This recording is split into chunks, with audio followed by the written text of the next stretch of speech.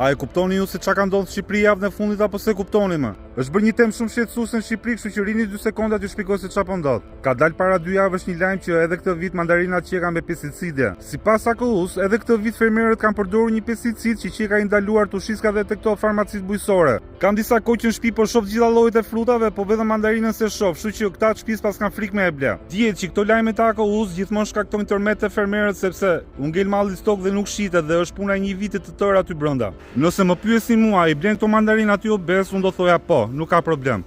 Sepse më mend para shumë vitesh blenin mandarina që shkonin dhe 4 kokra 1 kile dhe s'na ka gjetur asgjë. Ja ku jemi sot duke bërë video para bashk. Problemi është se sot kjo është në dorën tënde. E di që njerëzit janë bërë shumë ndjeshëm mas Covidit për çështjet e shëndetit. Kështu që intuita jote është më e fortë se çfarë thot AKU-ja, çfarë thonë portalet dhe çfarë thonë fermerët.